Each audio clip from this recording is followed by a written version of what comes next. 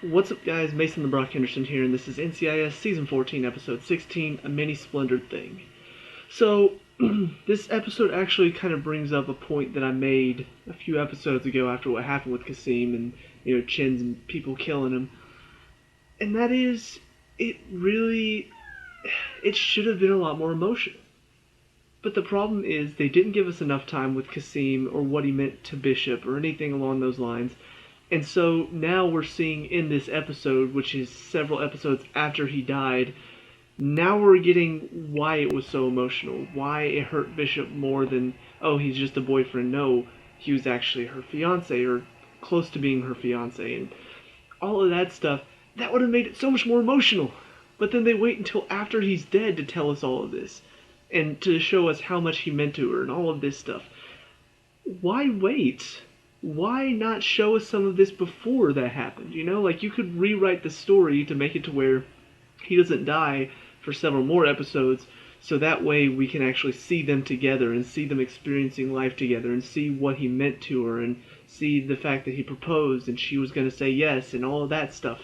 It is kind of frustrating that they didn't do that before he died. And so now it's almost like they've realized that. They've realized the fact that, oh wait, we killed him off, but what does that mean? We've only seen him for like an episode before he died. And so now they're kind of like filling in the holes, like, oh, guys, look, he proposed and she was going to say yes. Isn't that sad? Yes, but I feel like I'm learning this after the fact. Like, it's almost like you watch a movie and something happens, a character dies, and it's really emotional, just like, I don't feel anything for this character. They popped up for a second. What does that character even mean? And then you go back and watch like a prequel to it, and then you realize, oh, so that's why this character meant something. But at that point, the emotion's already gone. The action of them dying is faded from your memory, and so it doesn't affect you as much. I think the best example of that would be in the Star Wars movies. Early on, Luke's adopted parents, who turn out to be, I can't remember exactly how they're related to Anakin now. Anyway, but they were his adopted parents. It was just like, why should I care that they're dead? They died fairly early on in A New Hope. And then you watch the prequels, and even though they didn't really give them they gave them like a little bit of screen time early on in the second one. But other than that, they really didn't mean that much to Anakin. But if they had given them time, it would have been like, oh, so that's why I'm supposed to care about them when they die. But to be honest, them dying already happened, I already saw it, so it doesn't affect me as much. So, long story short, that's my problem with it. However, the rest of it was fairly interesting. I do think that, it was a good setup, it was a good build-up as far as the story goes. We see Bishop and Reeves are doing their own little kind of recon mission. They find a courier for Chin, and they're interrogating him, and they find information that they can use against Chin, and ultimately it ties into the case that they're currently working. We find out the Navy officer who killed herself, she was actually doing work for Chin as well. So it all ties together. They end up kind of combining their workload and working together, and then ultimately it leads to Bishop goes rogue again, and then she tracks down Chin, she lures him into this place, hooks him up to this thing, and has called people to come and kill him or torture him, make it worse than just a death. And so she gives him an easy way out and, puts the code or whatever into whatever he's hooked to. I can't remember what exactly he was blowing up. It was some sort of like water pressure thing. But anyway, she gives him the option to blow it up and take himself with it, so that way he doesn't have to suffer, and he decides to do that.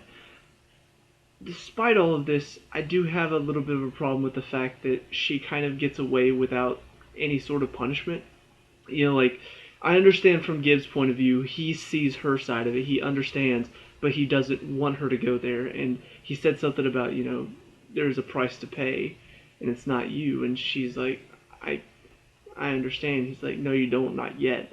So I do feel like this will come back at some point. We will see something else to do with Chin and what's going on with Bishop.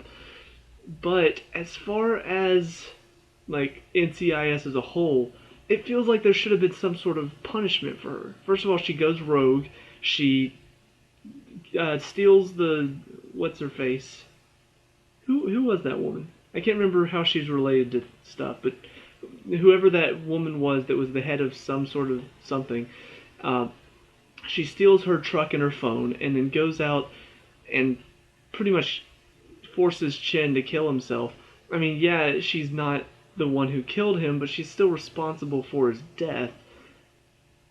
I'm kind of confused. Like, how is there no punishment in that? You know, not that I want to see Bishop punished, but it does feel like she kind of got off very easy for what she did. You know, there should have been something else to that.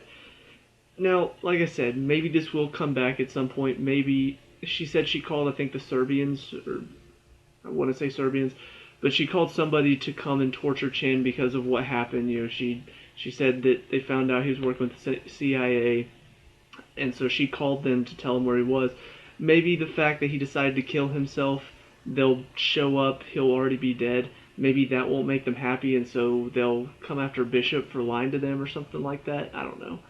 I just, first of all, the story feels like it's not over yet, but I do think that just as far as this episode goes, it feels like things ended a little too happy. You know, it ended a little too easy for everybody. You know, she does all these things that aren't right. She does things that are against the rules, and then she gets away with all of it. So I feel like there will be a consequence coming at some point. But for now, you know, it was an okay episode. It was definitely a lot more intense than the past several have been, aside from the Jimmy one. But it was a lot more focused on the main overall plot. So hopefully that will continue because I enjoy what they're doing with it right now. And I guess I do kind of hope that we do see more flashbacks with Qasim and Bishop, just so we get to experience that a bit more than we did before he died. But we'll see. So let me know what you guys think down in the comment section below. What did you like and dislike about this episode? Let me know. We can talk about and discuss all that good stuff. Leave a like and subscribe for future NCIS reviews, and I'll see you at the next one. Peace out.